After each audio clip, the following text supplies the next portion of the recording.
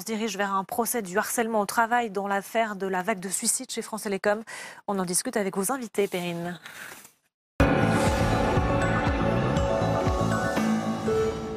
Effectivement, le parquet a demandé aujourd'hui le renvoi en correctionnel de l'ex-patron de France Télécom, Didier Lombard, et de 6 autres dirigeants de l'entreprise. Ils sont donc soupçonnés d'avoir mis en place une véritable politique de déstabilisation des salariés. 39 victimes sont citées pour l'instant. Alors, retour sur cette affaire avec Marie Brémaud et on en débat avec nos invités juste après. Il évoquait une mode du suicide. C'était en 2009. Didier Lombard, alors à la tête du groupe France Télécom, faisait face à une vague de suicides de ses salariés. 60 personnes au total, dont 35 entre 2008 et 2009 se donnaient la mort. Alors, sur le chemin de la privatisation, le groupe voulait supprimer 22 000 postes et procéder à 10 000 changements de métier. Après 4 ans d'enquête, le parquet de Paris réclame aujourd'hui le renvoi au procès de Didier Lombard, mais également de 6 anciens hauts responsables du groupe de télécommunications. Le ministère public, dans ses réquisitions, dénonce un climat professionnel anxiogène. Incitation répétée au départ, mobilité forcée, surcharge ou absence de travail, réorganisation tout azimut. Mais pour le syndicat CFE-CGC, la qualification de harcèlement moral est insuffisante.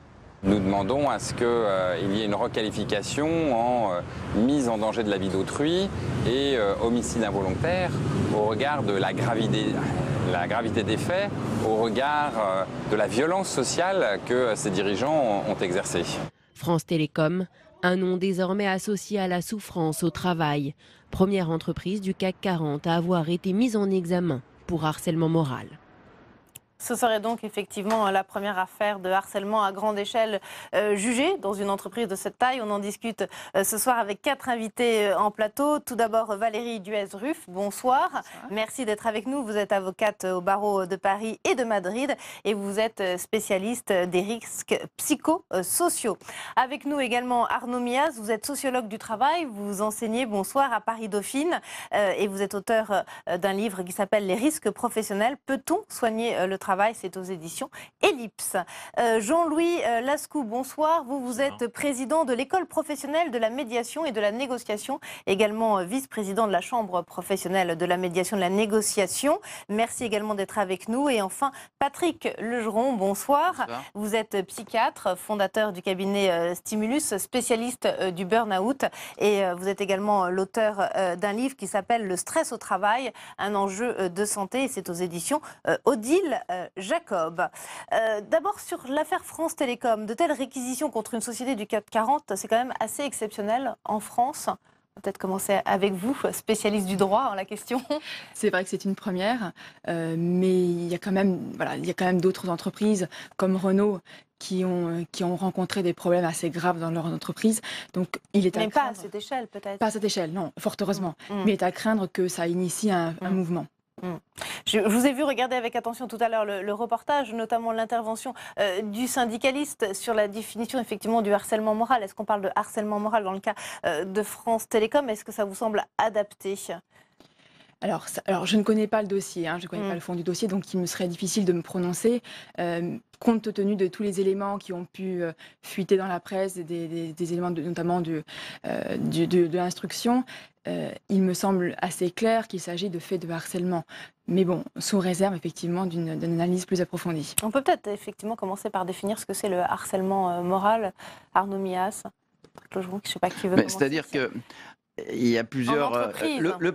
Oui, bien sûr, le harcèlement moral au travail, mais il y a déjà un problème d'abord de la problématique, parce que la définition juridique telle qu'elle est apparue dans la loi en 2001 et 2002 n'est pas du tout la définition que donnent les psychiatres du harcèlement moral. Quand on relit les écrits premiers de Marie-France Irigoyen, qui a popularisé le thème du harcèlement moral au travail, et qui a d'ailleurs donner lieu à un débat à l'Assemblée et le vote d'une loi, c'est pas du tout la même chose.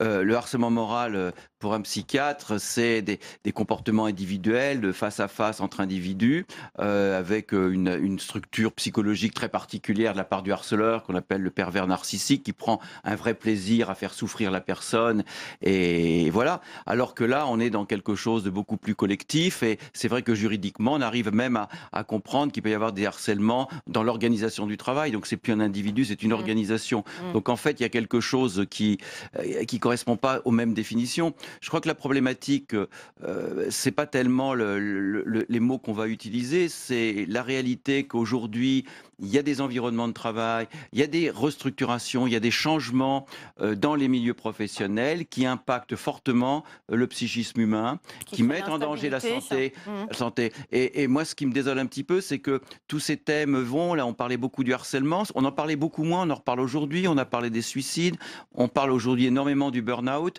Donc on voit que, je ne veux pas dire qu'il y a des effets de mode, mais on est en fait à travers ces diverses approches face au même phénomène, à savoir qu'aujourd'hui, le travail, pas dans toutes les circonstances, il ne faut pas généraliser, mais le travail met en péril la santé psychologique des individus. Pendant longtemps, le travail mettait en péril uniquement la santé physique des individus. Et ça, c'est la nouveauté quand même. Arnaud Mias.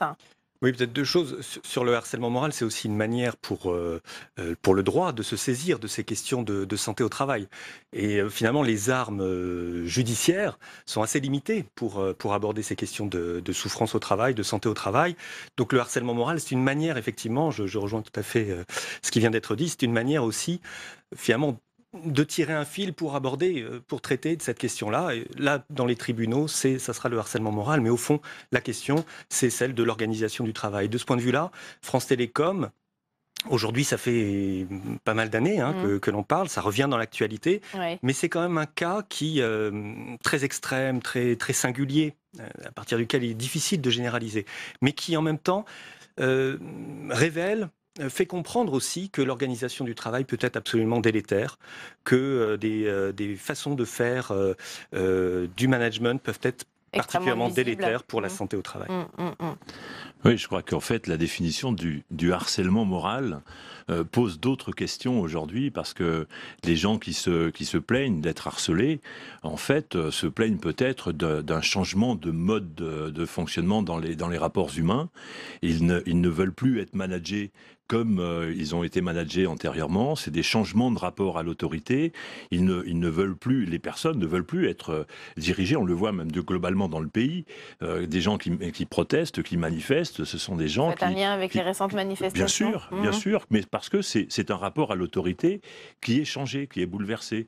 Donc des gens qui se plaignent d'être harcelés, c'est des gens qui ne veulent plus être managés comme ils ont été managés. Qu'est-ce qui induit ce changement dans l'esprit collectif? Oui, je suis d'accord. Voilà. Je pensais bien que ça allait soulever quelques débats, parce que moi j'interviens sur des personnes dans des contextes où il y a des plaintes pour harcèlement moral, et c'est complètement revu et corrigé en médiation. C'est complètement revu et corrigé, et les personnes ne se plaignent plus après d'être harcelées quand elles ont su s'affirmer face à leur manager.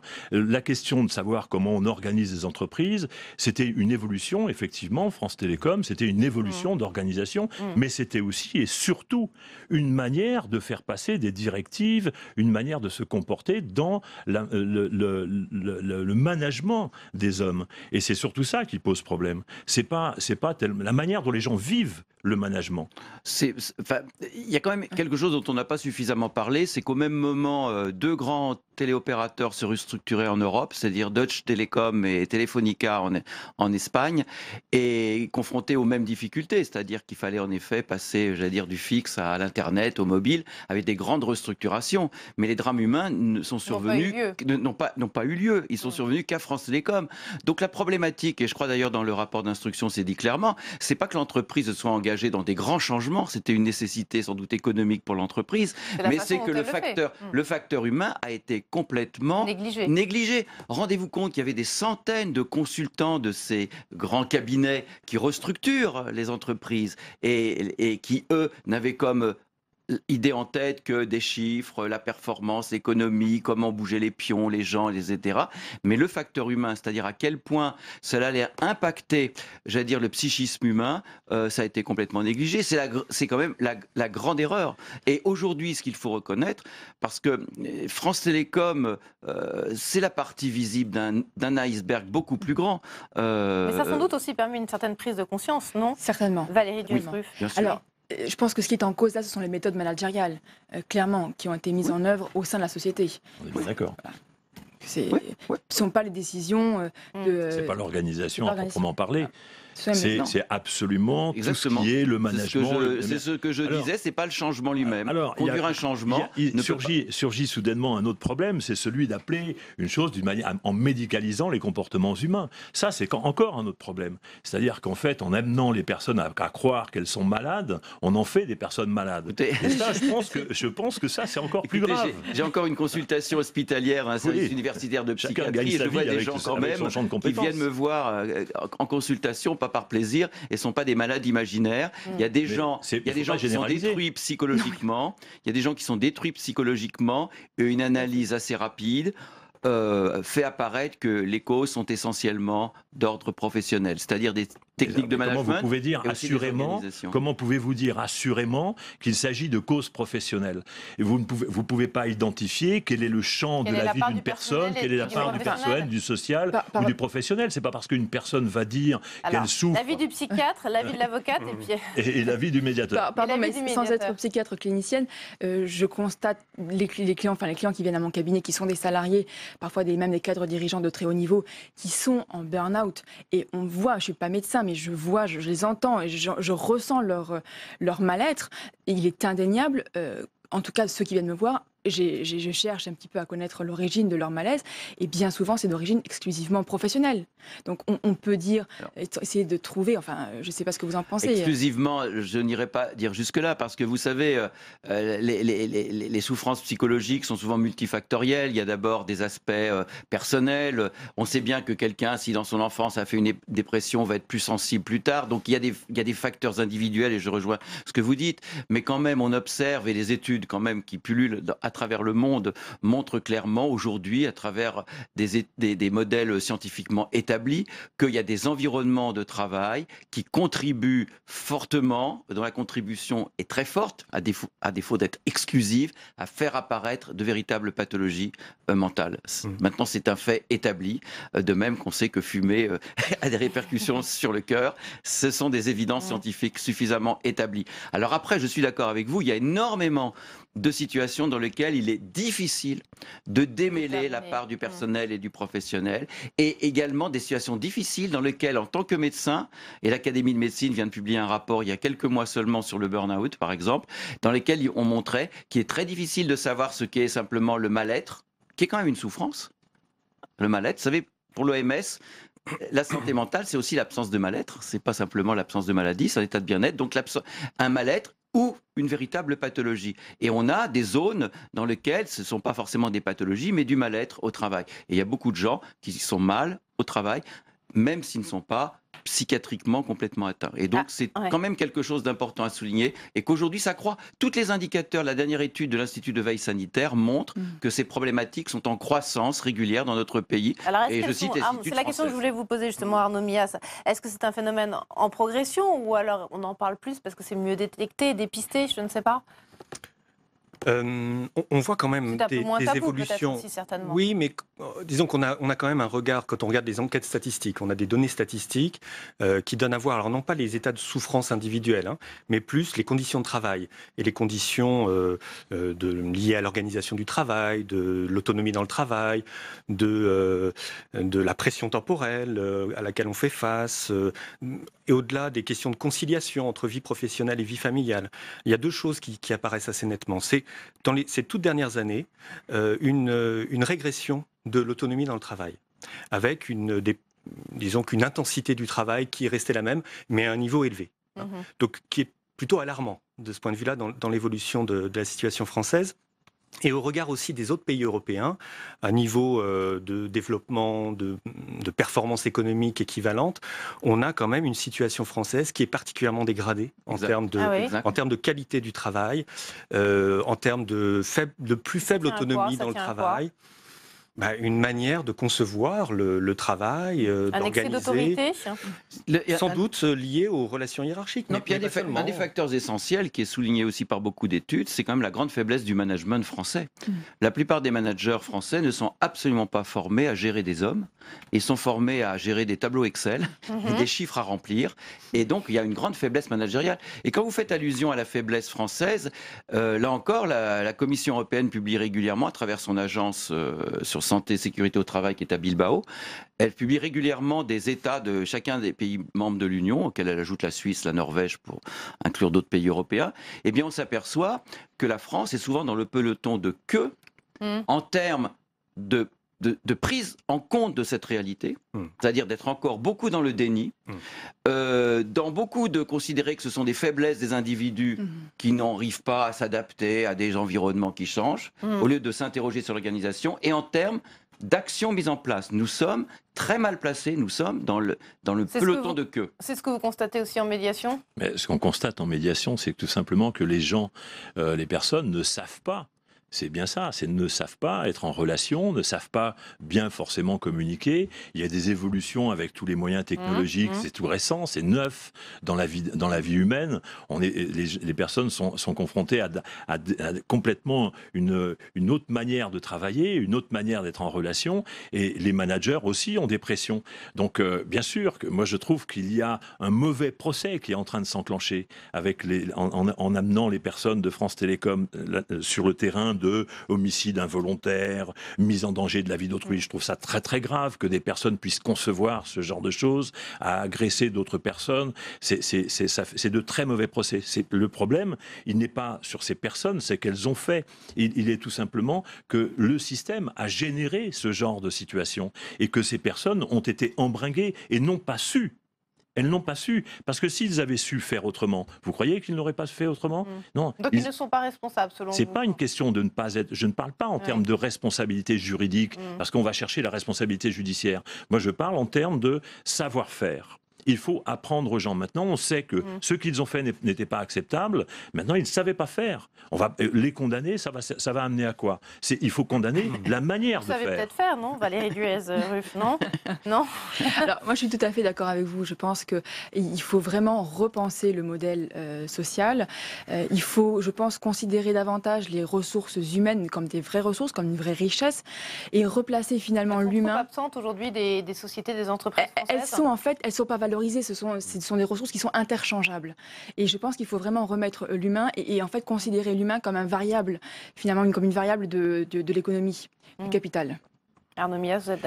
Oui, tout à fait d'accord. Et je pense qu'un des enjeux, c'est aussi, alors ça a à voir peut-être avec la médiation, mais la nécessité de rapprocher aussi les managers des situations de travail, du travail réel. Je dis les managers, mais c'est pas les seuls, c'est pas pour les pointer du doigt. C'est aussi, même si on parle un peu de dialogue social, aussi rapprocher les représentants du personnel des situations de travail. C'est-à-dire qu'en fait, on est dans une situation où finalement, le travail devient quelque chose de... Alors peut-être qu'effectivement, les ressources humaines sont pas suffisamment valorisées, mais c'est aussi que le travail est devenu quelque chose d'assez invisible finalement. On est derrière, vous évoquiez tout à l'heure, des tableaux de chiffres, on remplit énormément d'indicateurs, mais finalement, l'encadrement du travail réel, les situations de travail réel, eh bien, elles sont souvent devenues invisibles. On a développé quand même de plus en plus d'outils pour essayer de sentir un petit peu ce qui se passe à l'intérieur des entreprises, avoir un ressenti social en interne. Ce sont des outils qui créent de la distance. Oui. Vous croyez que ça crée de la distance ? Moi, je pense que ce sont des outils qui, malheureusement, catégorisent les comportements, mais ne permettent pas de tirer de véritables enseignements pour pouvoir faire quelque chose de vraiment opérationnel. On le voit sur le terrain de la médiation. Ça fait 15 ans, plus de 15 ans qu'on pousse pour que la médiation se développe au sein des organisations. Et c'est difficile. C'est difficile parce qu'au moment où il y a eu l'affaire de France Télécom, on a été sollicité pour intervenir. On a été sollicité, mais bien sûr, trop tard. Une fois que les drames étaient intervenus, on est sollicité une fois que les problèmes se sont révélés. On n'est pas sollicité en amont pour pouvoir faire de la prévention, pour pouvoir justement permettre aux personnes de mieux savoir comment faire, anticiper les conflits. Je crois que vous avez cité le mot clé, c'est-à-dire la notion de prévention. Exactement. Vous savez, sur ces problématiques de prévention des risques psychosociaux, puisque c'est de cela dont il s'agit pour parler techniquement, la France est très en retard. Beaucoup d'entreprises considèrent que tant qu'elle n'a pas eu de problème, ça ne sert à rien d'agir. Combien de fois j'ai entendu dire on n'a pas eu de suicide, pourquoi on s'en occuperait ? Je réponds sous forme de boutade. Avez-vous attendu d'avoir un incendie pour mettre en place des systèmes de prévention des incendies ? Et je crois que l'histoire de France Télécom que vous souhaitez, qui fait le point de départ de nos échanges, moi aussi j'ai été amené à connaître un petit peu ce cas. Et je peux vous dire que le nombre incalculable, d'ailleurs c'est aussi indiqué dans le rapport d'instruction, le nombre incalculable de personnes qui ont tiré la sonnette d'alarme auprès des ressources humaines, en leur disant ça va pas, les médecins du travail, des consultants externes qui travaillaient, en disant il y a quelque chose, et ce n'était pas entendu. Ce n'était pas entendu parce que le seul objectif, c'était l'objectif stratégique, l'objectif de faire partir 22 000 personnes, et c'était le seul objectif. L'humain n'a pas été... Il manquait peut-être ce qui n'a pas fonctionné, c'est le dialogue un peu social. De sensibilisation aussi au dialogue social, et de sensibilisation aussi au mal-être au travail. Même en gros.